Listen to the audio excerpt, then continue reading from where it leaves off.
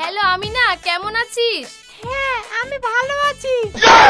শেষমেশ তুই একটা মেকানিককে বিয়ে করে নিলি। আমার সব সম্মান তুই ধুলোয় মিশিয়ে দিলি। আপনি জানেন না এ কত বড় চিটার। আরে তোর থেকে তো আমার ড্রাইভারের বেতনও অনেক বেশি। আর আমি কথা দিলাম আমি একদিন ঠিক বড়লোক হয়ে তোমার আব্বাকে তোমার কাছে ফিরিয়ে এনে দেব।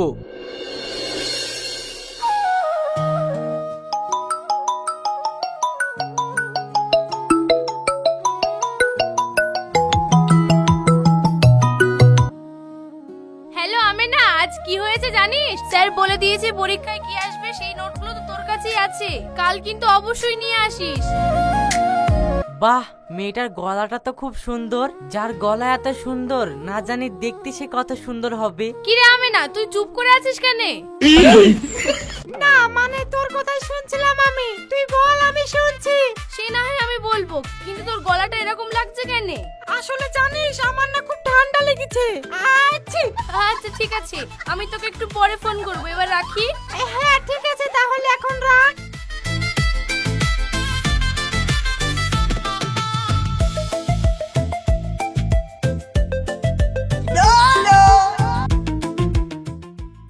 ইরে ফোনে কার সাথে হিজড়ির মতন কথা বলছিলি? ওই কারোর সাথে কথা বলেনি তো?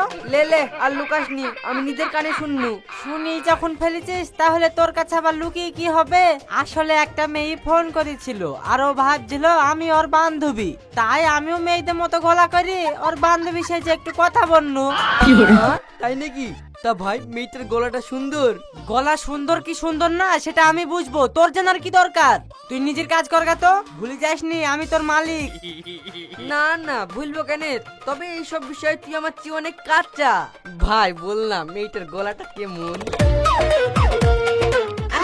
শর্ত ছোড়া।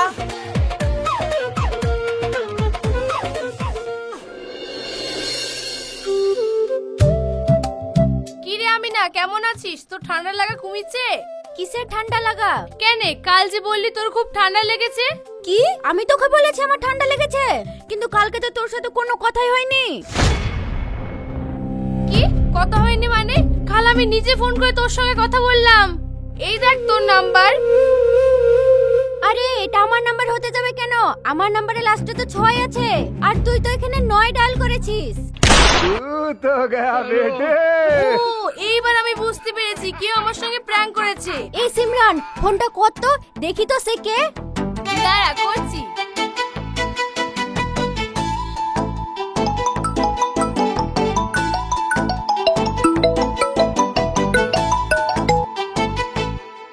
হ্যালো আমিনা, কেমন আছিস?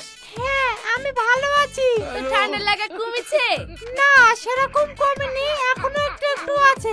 আচ্ছা সিমরান এর কথা শুনে তো মনে হচ্ছে এই বেটা ছেলে। দাঁড়া আমিনা। আমিনা তুই কোথায় আছিস? আমি এক্ষুনি তোর সঙ্গে দেখা করব। भारी मिस्टेक हो गया सर एकदम बवंडर हो गया ভাই বুল আমতলা পার্কে পার্কে। ও আমি আমতলা পার্কে আছি। ও আমিও তো এখানে আছি। তুই বল তুই কোন দিকে আছিস, আমি যাচ্ছি তোর কাছে। তুমি বলো কোন দিকে। আমি তো আমতলা পার্কে নাই, আমি তো মজা করলাম। তাহলে কোথায় আছিস বল। ভাই তুই বল, বাংলাদেশে ফুপুর বাড়িতে বেড়াতে গেছি। ও আমি বাংলাদেশে ফুপুর বাড়িতে বেড়াতে এসেছি। ও তোর ফুপুর বাড়ি যে বেলডাঙ্গা ছিল, বাংলাদেশ কবে উঠে গেল? নাকি ভোটে নাম কেটে যাবে তার লেগে আগে থাকতে বাংলাদেশে উঠে গেছিস? তুই যাই বল তুই কে? হ্যাঁ হ্যালো। কে আপনি? পাগলি জানে না আমি তো মানুষ। মানুষ? আমার তো মনে হচ্ছে লেজ কাটা বাদর। ঠিক আছে আমি এখন ব্যস্ত আছি, এখন রাখছি, টাটা। Hello hello.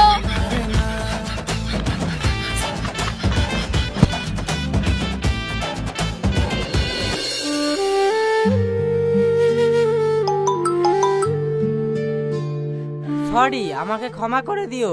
কেন? আসলে আমি তোমার সাথে একটু মজা করেছিলাম। তো কি হয়েছে?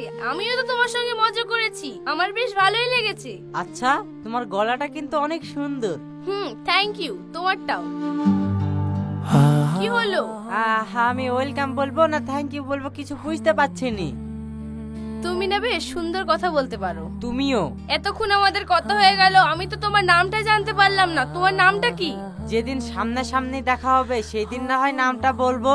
দেখা হবে মানে তুমি কি আমার সঙ্গে ডেট করতে চাইছো? ধরে নাও তাই। ঠিক আছে, কালকে আমরা দেখা করব। কোথায়? কেন, আমতলা পার্কে। ওকে।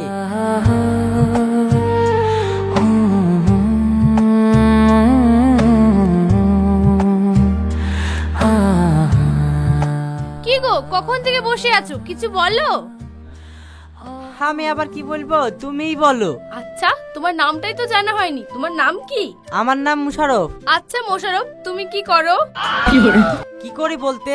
মানে বলতে চাইছি তুমি কি কাজ করো। আমি একজন গ্যারেজের মেকানিক। ঠিক আছে মোশাররফ, চলো আমরা ওইখানে গিয়ে বসি। ঠিক আছে চলো।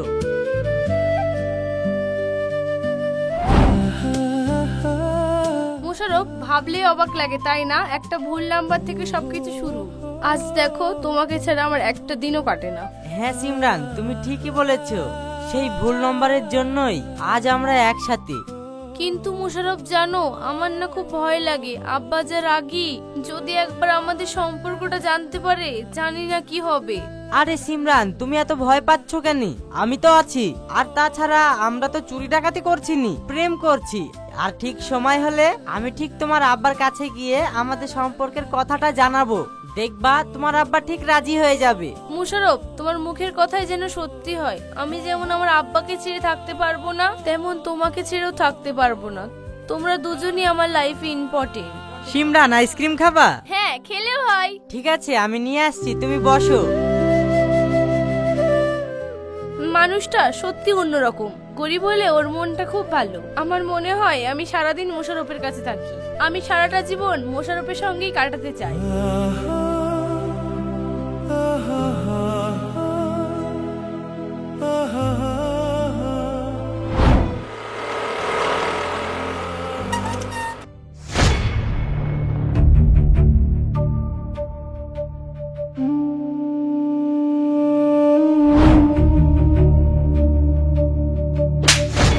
ছি সিমরান, ছি, তোকে আমার মেয়ে ভাবতেও ঘৃণা লাগছে। ছোট থেকে নিজে খেয়ে না খেয়ে কত কষ্ট করে তোকে আমি মানুষ করেছি। এই দিনটা দেখার লেগে তুই সমাজের সামনে আমার মান সম্মান নিয়ে খেলা করছিস। আব্বা, তুমি ভুল বুঝছো। একদম চুপ। আমি নিজের চোখে দেখেছি, শেষমেশ তুই একটা গ্যারেজ মেকানিকের সঙ্গে। ছি, আমার ভাবতেও ঘেন্না করছে। তুই আমার মুখে চুনকালি মাখিয়ে দিলি, এখন আমি মানুষের সামনে মুখ দেখাবো কি করে? আব্বা, তুমি আমার একটাবার কথাটা শোনো প্লিজ। আব্বা, তুমি মোশাররফকে ভুল ভাবছো। তোর একটা কথাও শুনতে চাই না। আজই আমার বন্ধুর ছেলের সাথে তোর বিয়ে ঠিক করব। আজ থেকে তোর পড়াশোনা আর বাইরে বেরোনো সব বন্ধ। মা, তুমি একটু আব্বাকে বোঝাও না, আমি মোশাররফকে খুব ভালোবাসি। আমি মোশাররফকে ছাড়া। তুমি একবার আব্বাকে বলো। দেখ সিমরান, তুই তো জানিস তোর আব্বা যেটা বলে এই বাড়িতে সেটাই হয়। আর তোর আব্বার কথাই শেষ কথা। আমি তোর আব্বার মুখের ওপরে কোনো কথা বলতে পারবো না। আর তোর আব্বা যা করছে তোর ভালোর জন্যই করছে। শোন, তুই আর জেদ করিসনি, এই বিয়েতে রাজি হয়ে যা।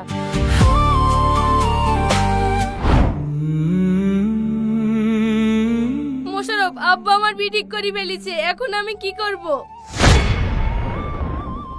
এখন তাহলে কি হবে সিমরান? আমি তো কিছুই বুঝতে পারছি নি। মোশাররফ, তুমি আমাকে এখান থেকে পালিয়ে নিয়ে চলো। এছাড়া আমাদের কাছে আর অন্য কোনো উপায় নাই। এ তুমি কি বলছো সিমরান? তুমি তোমার আব্বা মাকে ছেড়ে একা থাকবে কি করে? আমি তোমাকে এইভাবে বাড়ি থেকে পালিয়ে নিয়ে যেতে পারবো না, এটা খুব আমার অন্যায় হবে। রাখো তোমার ন্যায় অন্যায়। তুমি যদি আমাকে পালিয়ে না নিয়ে যাও, না হলে আব্বা আমার অন্য জায়গায় জোর করে বিয়ে দিয়ে দেবে। আর আমি তোমাকে ছাড়া অন্য কাউকে বিয়ে করতে পারবো না। আমি নিজেকে চুপ করো সিমরান, এইসব কথা মুখে আনবা না। তুমি আমি কাকে লিবাইজবো বলো তো?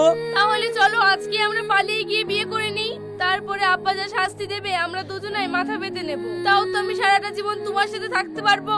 ঠিক আছে সিমরান, তুমি যা চাও তাই হবে। আজই আমরা দুজন বিয়ে করে নিব।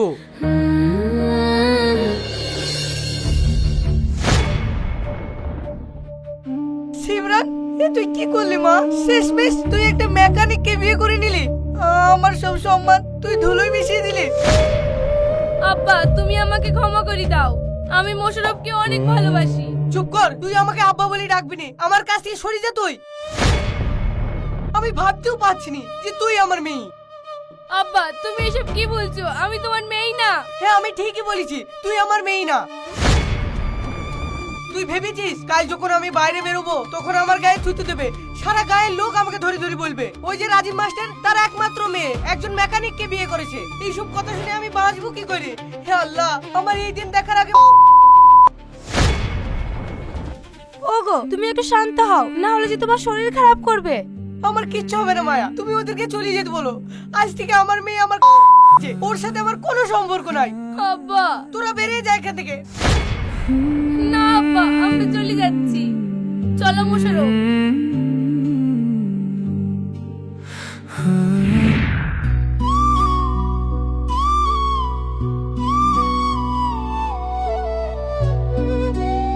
ওগো খেয়ে লাও।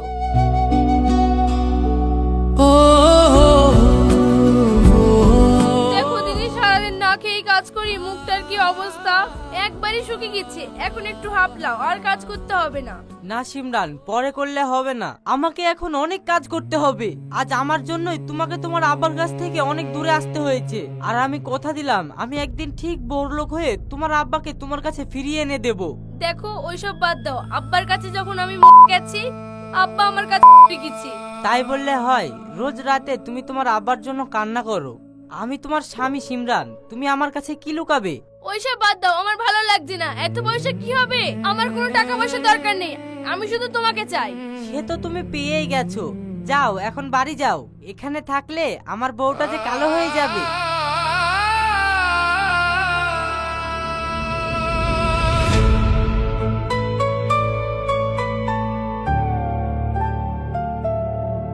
ঠিক আছে আমি যাচ্ছি, তুমি তাড়াতাড়ি বাড়ি চলে আসবা। ঠিক আছে যাও।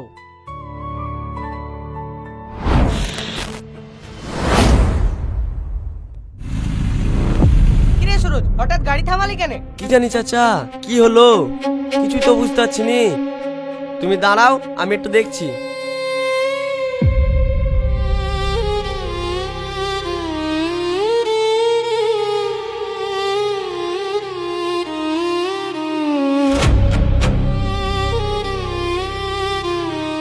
চাচা মনে হচ্ছে কিছু সমস্যা হয়েছে, সামনে একটা গ্যারেজ আছে, ওখান থেকে সেরে আসি কি।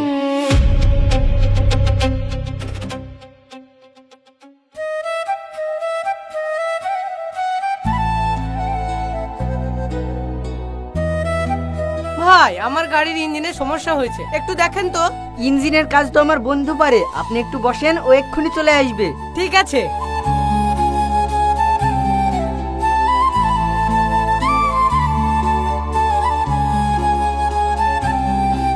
এই যে এই গাড়িটা।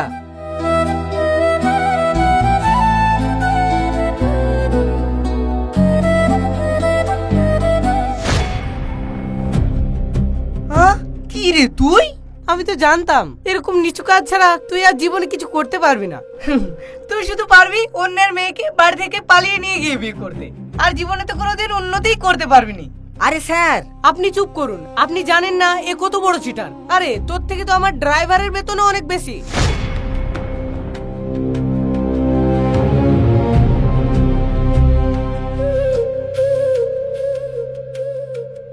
আপনি জানেন আপনি কাকে কি বললেন? কাকে আবার? একজন ভিখারিকে? ভিখারি ও না, ওই এরকম 100টা গ্যারেজের আর 10টা শোরুমের মালিক। কোটিপতি হোক, কিন্তু যেই কাজ থেকে ও এত বড় হয়েছে সেই কাজকে ও কখনো ছোট মনে করে না। ওর মনে কোনো অহংকার নেই। আর জানেন, ও প্রত্যেকটা মেকানিককে নিজের ভাইয়ের চোখে দেখে। আজ ও না থাকলে হয়তো আমরাও থাকতাম না।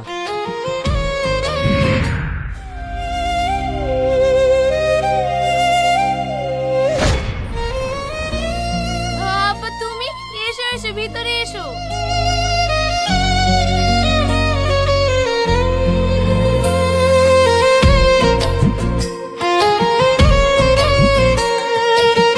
ওগো দেখো কে এসেছে।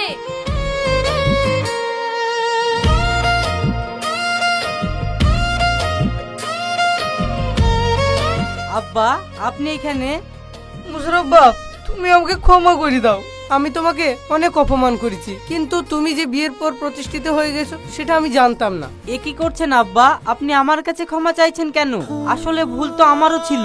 আপনি আপনার মেয়েকে ছোট থেকে এত কষ্ট করে মানুষ করেছেন, একজন রাস্তার মেকানিকের হাতে কি করে আপনি তাকে তুলে দিতে পারতেন? আপনার জায়গায় আপনি একদম ঠিক আছেন। দেখুন আব্বা, আমরা চাইনি যে আমাদের ওপর আপনি রাগ করে থাকুন। এবার আমাদের মেনে নিন। আপনার মেয়ে আপনার জন্য রোজ রাতে কান্না করে। মা, আমাকে তুই মাফ করে দে, কিন্তু তোরা যে বিয়ের পর বড় লোক হয়ে গেছিস আমাকে একবার বলিসনি কেন? তাহলেই তো আমি তোদেরকে মেনে নিতাম। আব্বা, বিয়ের আগে তো মোশাররফ বড় লোক ছিল না। বিয়ের পরে মোশাররফ দিনরাত খেটে ও বড় লোক হয়েছে। যখন ও বড় লোক হলো তখন আমি ওকে বারণ করেছিলাম তোমার কাছে এই খবরটা দিতে। কিন্তু কেন মা, তোর নিজের বাপের উপর এত রাগ? কি করব বলো আব্বা, তুমি তো মোশাররফকে গরিব মেকানিক বলে কত অপমান করেছো, আমাদেরকে বাড়ি থেকে বের করে দিয়েছো। আমি তো তোমার কাছে মরে গিয়েছিলাম আব্বা। তুমি তো টাকা ছাড়া কিছুই বুঝতে না। এখন যখন তুমি তোমার ভুল বুঝতে পেরেছো, এখন আর আমার তোমার উপরে রাগ নাই। ঠিক আছে মা, চল। তোর মা তোকে অনেকদিন দেখেনি, তোর মা তোদের দুজনকে একসঙ্গে দেখলে অনেক খুশি হবে।